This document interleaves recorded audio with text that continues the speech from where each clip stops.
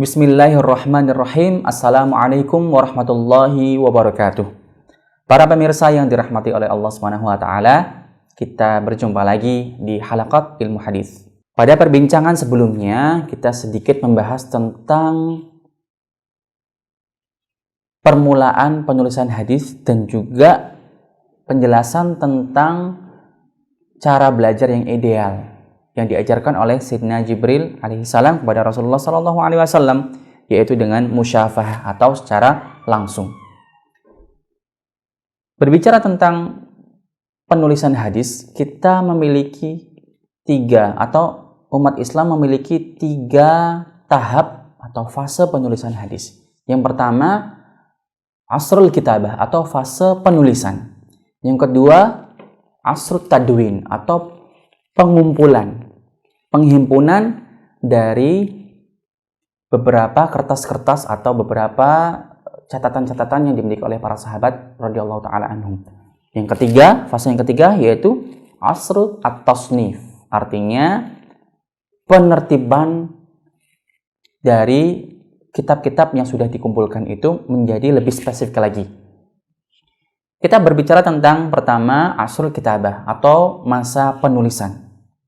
Masa penulisan dimulai dari zaman Rasulullah Sallallahu Alaihi Wasallam atau asrun nubuwah atau zaman di mana Rasulullah Sallallahu Alaihi Wasallam masih hidup. Ketika beliau menyampaikan, ditulis oleh kutabul hadis. Selain ada kutabul wahyi seperti Sayyidina Zaid bin Thabit radhiyallahu taala anhu, Sayyidina Muawiyah bin Abi Sufyan radhiyallahu taala anhu, ada juga kutabul hadis seperti Sayyidina Abdullah bin Amr bin Al-As radhiyallahu taala anhu, Sayyidina Ali bin Abi Thalib radhiyallahu taala anhu. Walaupun masing-masing dari mereka memiliki perbedaan dalam menulis. Seperti sahifah yang dimiliki oleh Sayyidina Abdullah bin Amr bin Al-As, sahifah as-sadiqah, yang bisa kita ketemukan sekarang bisa di Musnad Imam Ahmad rahimahullah ta'ala, yang jumlah hadis di sahifah as-sadiqah ini hampir 900 atau hampir 1000 hadis. Di zaman Rasulullah Sallallahu Alaihi Wasallam, Rasulullah mengajarkan dan para sahabat menuliskan hadis. Tapi beberapa dari para penulis hadis ini menuliskan hadis sendiri-sendiri di pelepah-pelepah atau di media-media yang digunakan oleh para sahabat untuk menulis hadis. Kemudian, sepeninggal Rasulullah Sallallahu Alaihi Wasallam ila rafiqil a'la, selepas wafatnya beliau, masuklah ke fase asru as-sahabah. Bagaimana ini keadaan penulisan hadis dalam masa sahabat?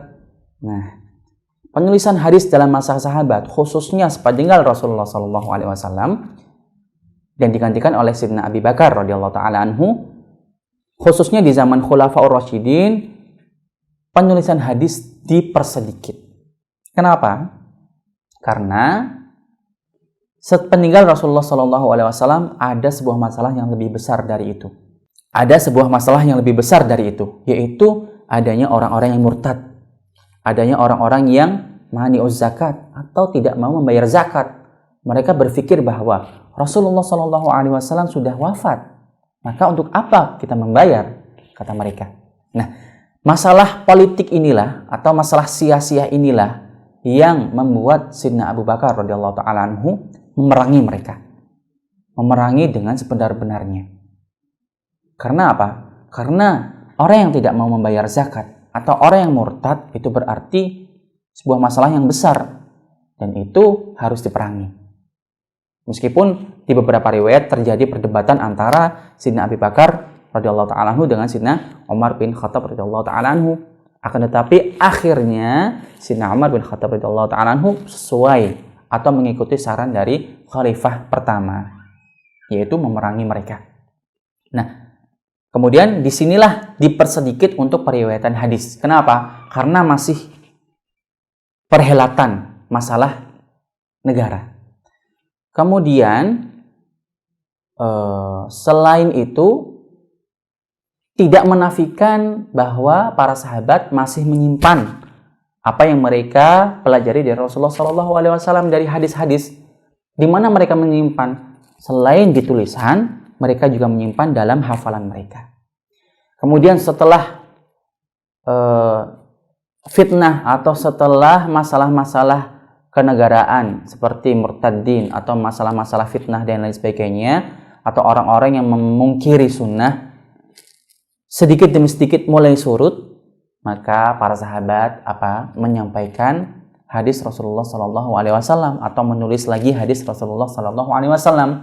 Dan itu dapat dilihat dari peran Sayyidina Abi Hurairah radhiyallahu taala anhu dalam majelis hadisnya, dalam majelis tahdits. Artinya majelis tahdits yaitu majelis hadis yang membacakan hadis Rasulullah Shallallahu Alaihi Wasallam di hadapan para sahabat radhiyallahu taala anhum. Oleh karena itu, Sayyidina Abi Hurairah pernah membuka majelis hadis di Masjid Nabawi, ya. Kemudian ditulis oleh beberapa sahabat hadis-hadis yang beliau sampaikan.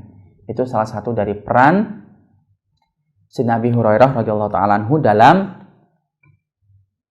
khidmah terhadap hadis Rasulullah Shallallahu Alaihi Wasallam. Kita tahu bahwa Sayyidina Abi Hurairah itu yang sebelumnya sulit untuk menghafal hadis, akhirnya beliau mendapatkan kemudahan karena apa? Karena barokah dari Rasulullah Shallallahu Alaihi Wasallam.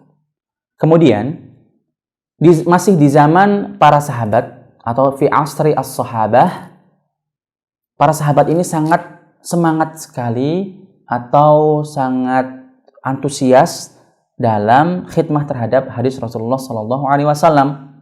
Ya, salah satunya yaitu dengan menulisnya, hadir di majelis-majelis. Bahkan mereka masih semangat sekali sejak mereka mengambil dari Rasulullah Shallallahu Alaihi Wasallam. Artinya apa inayahnya? Apa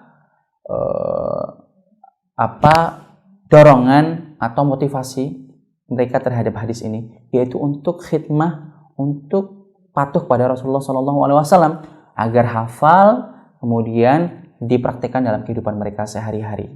Itu salah satu dari bukti bahwa